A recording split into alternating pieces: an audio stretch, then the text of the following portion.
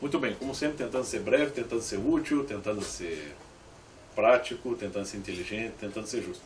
Então o Senado aprovou agora, né, uma pena maior para o crime de feminicídio, ou seja, todo crime que for enquadrado nessa categoria feminicídio terá um agravante, né, sobre o agressor. Ou seja, trata-se de mais um paliativo sancionado pelo governo no sentido de se tentar evitar um crime ou de se tentar intimidar o agressor, né? É um paliativo, exatamente como a intervenção militar na segurança do Estado do Rio de Janeiro.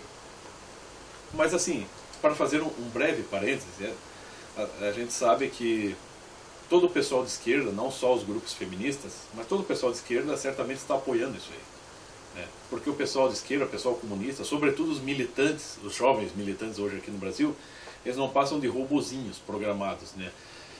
Não passam de miquinhos amestrados que estão, vamos dizer assim, programados para emitir opiniões, né, de forma automatizada, né, sistematizada, né?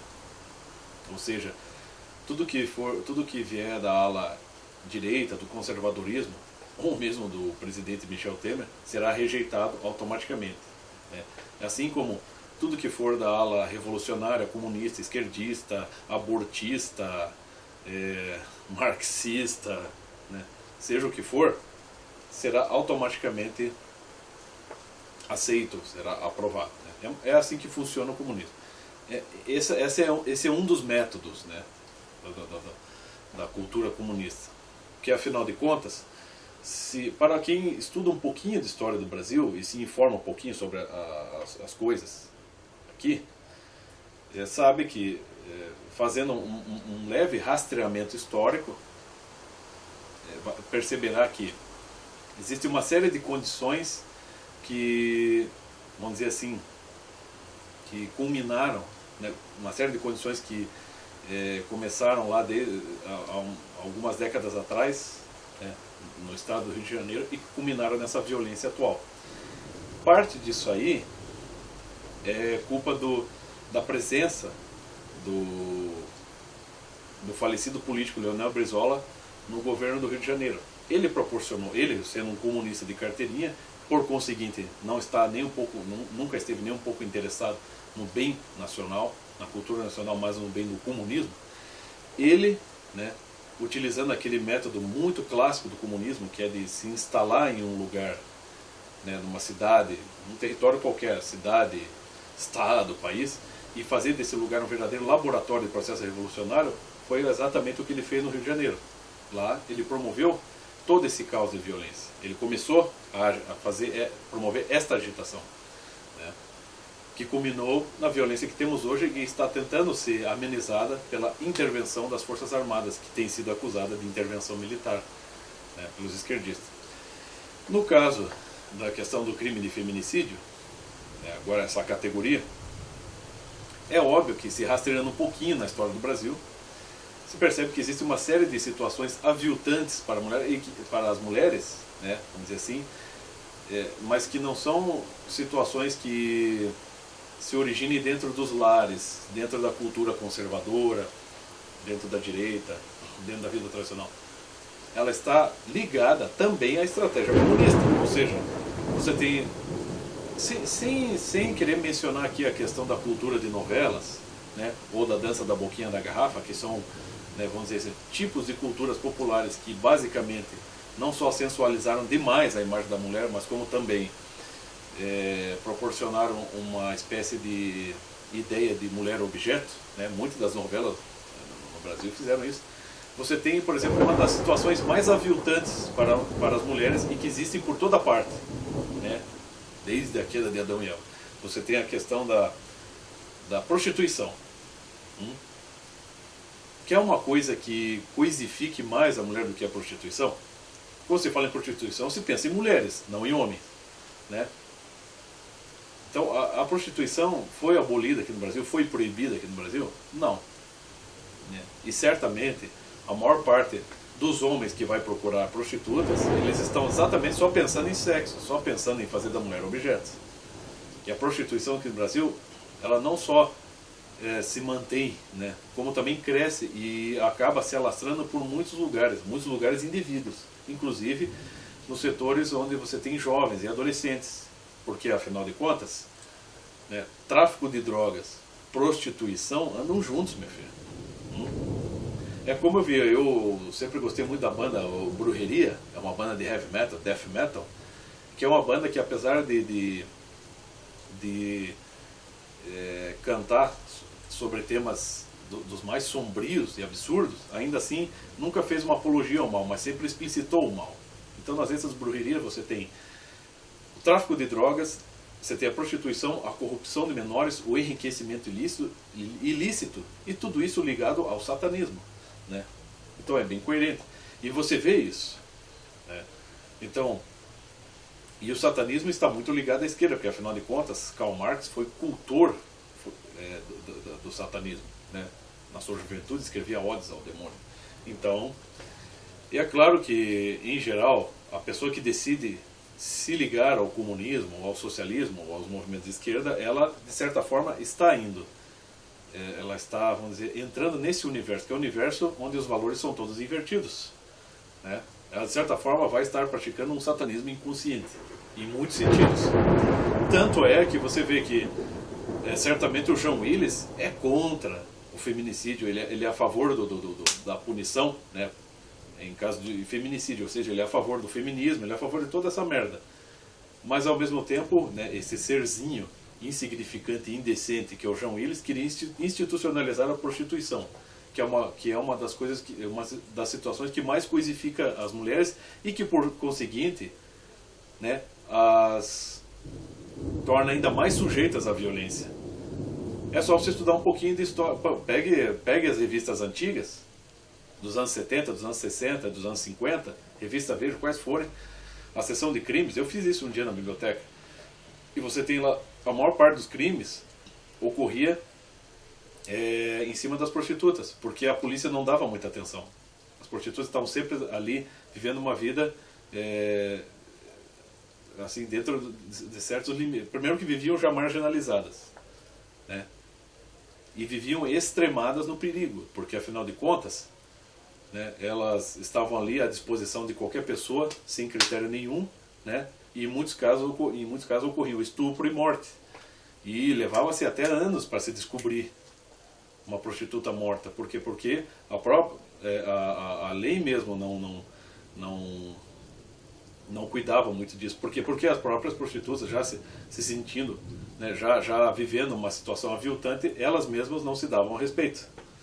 E essa situação, né, só se aprofundou aqui no Brasil. Institucionalizar a prostituição vai melhorar? Não.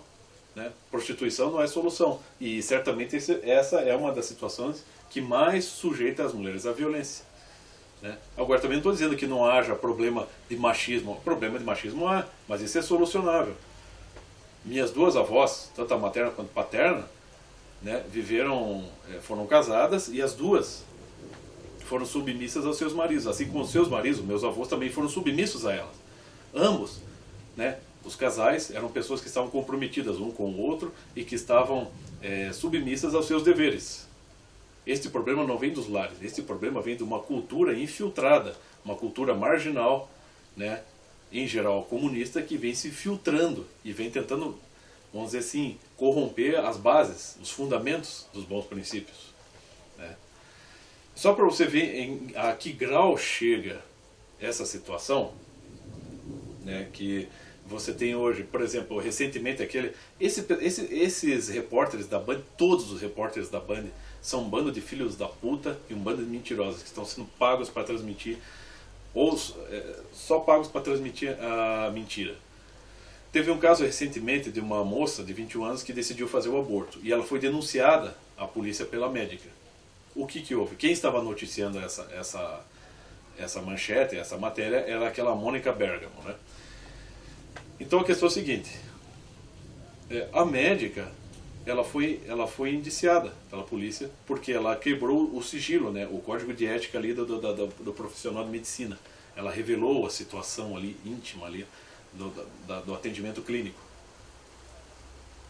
Quer dizer, a menina praticou o aborto. Claro que ninguém nunca explica isso aí. O padre Luiz Carlos Lodge da Cruz já explicou muitas vezes que no Código Penal, o artigo 128, ele não exclui a situação de crime na situação de aborto, ele apenas não pune.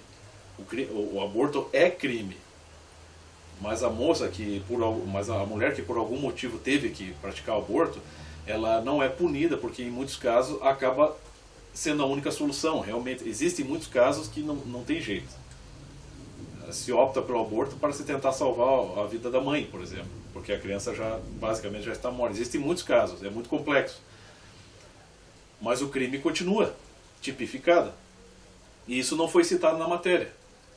E o que ocorreu? Então a médica que denunciou a menina não foi explicada a situação da menina de 21 anos que estava grávida, não foi explicado nada, por que ela quis abortar e qual que era a situação ali que levou a isso. Não foi explicado, simplesmente a médica foi indiciada, vai ser punida, né? E a moça de 21 anos que decidiu abortar, ou seja, optou pela morte do seu filho que estava sendo gerado no seu ventre, ela vai ficar livre.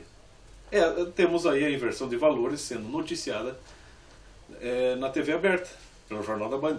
Então, essa é a situação que, se não é explicitamente comunista, ela vai a favor do comunismo, tal como o próprio Dostoiévski já explicou no livro Os Demônios, né? Você tem o diálogo entre os dois líderes ali dos grupos revolucionários, e eles dizem um para o outro. Um diz para o outro. O professor que zomba de Deus para os seus alunos e instiga neles um espírito de agitação revolucionária está do nosso lado, mesmo que ele não saiba. Um promotor, né, um juiz que absolve um criminoso, um assassino, um estuprador, está ao nosso lado, mesmo que ele não saiba. É mais ou menos assim. Um jornaleco desse, noticiando uma coisa dessa maneira, uma parte da notícia, e ainda colocando um agravante em cima da médica, que fez uma denúncia que, a meu ver, estava justa, né? Coloca a médica como a vilã e a moça que decidiu matar o seu bebê como a vítima da história. Né? E tem muita gente que acredita nisso. Então, a questão, voltando ao assunto, a questão do feminicídio é assim. É óbvio que isso é só mais um paliativo, e é óbvio que isso não vai segurar as coisas. Né? Agora, se o pessoal quer muito a intervenção do Estado em suas vidas, eu dou uma sugestão. Esse pessoal todo esquerdista que quer muito a intervenção do Estado, eu daria uma sugestão.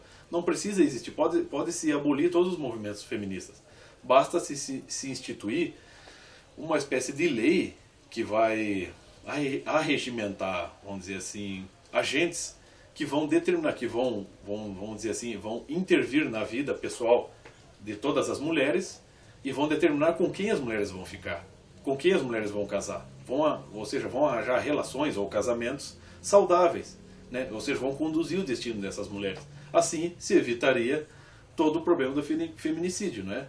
É uma utopia comunista, mas só não se prega isso hoje porque seria explicitamente um autoritarismo, ou seja, uma ditadura, né? Mas, né, então se vem, ou seja, conforme a estratégia comunista, o esquema é sempre esse: se instala num lugar, promove um caos e depois se coloca como a solução. Então é claro que uma lei como essa, ela não vem necessariamente para favorecer as mulheres, mas ela vem para colocar as pessoas muito mais dispostas, muito mais cativas às determinações do Estado. Já ocorreu, quantos casos não ocorrem por aí de violência contra a mulher, como aconteceu recentemente? As câmeras de segurança registraram uma mulher entrando, correndo dentro do mercado, pedindo socorro. O ex-marido dela chegou correndo atrás dela, a segurou num canto e assassinou na frente de todo mundo. E ficou um bando de homens ali em volta dela, embasbacados, né, incapazes de reagir ou de tentar impedir aquela tragédia. Por quê? Porque aqui no Brasil, outra estratégia comunista veio ao longo do tempo minando o quê? A capacidade dos homens de serem viris, de se defenderem, né? Ou pelo menos de agirem como homens, ou seja, intervir numa situação em prol do mais fraco, né? Mesmo que seja para se sacrificarem, né? Ou seja, existe uma restrição rigorosa com relação às armas, você tem a tentativa de se cuidar das crianças em período integral pelo Estado, né? Você tem a ameaça da punição para quem porta armas sem legalizá-la, né? Você tem muitas vezes a punição para a pessoa que se defende dentro de casa. Tudo isso vai acovardando os homens. Aí começam a surgir essas situações de violência generalizada até na rua, e fica um bando de babaca, né, um bando de frouxo, olhando as situações sem ter sequer esboçar uma reação. E são capazes ainda de dizer demonstrar alguma indiferença, né? Ou de dizer que não tem nada a ver com aquele problema. E assim vai indo. Aquela vida muito mais, uma vida digna muito mais de animais selvagens do que de seres humanos. Ou seja, a violência se espalhando e as pessoas se tornando indiferentes, porque elas não querem comprometer o delas naquilo ali. Né? Não tem mais uma situação em que a maioria, por exemplo, você tinha ali um assassino que matou uma mulher, mas você tinha uma quantidade maior de pessoas, estavam desarmadas, mas uma quantidade maior de homens, que teriam a chance de se organizar e tentar segurar aquele cara, né? E de tentar evitar aquilo ali. O que é? Aquele cara ia sair matando todo mundo? Não ia, obviamente. Mas não tem mais ideia, não consegue mais reagir. Essa é a situação periclitante aqui no Brasil. Ou seja, você tem estratégias esquerdistas que vêm minando todos os bons princípios por todos os lados, vem acabando com a motivação, com a coragem, com a confiança, com a fé das pessoas, né? E vem acabando também com a capacidade das pessoas de se defenderem, ou de pelo menos colaborarem com alguma ordem social. Onde que as pessoas depositam todos esses princípios? No Estado. E o Estado não vai conseguir resolver tudo, né? Obviamente. Então as pessoas vão ficar sofrendo e vão ficar cada vez mais sem ação diante de todo esse caos. Era mais ou menos isso que eu queria dizer.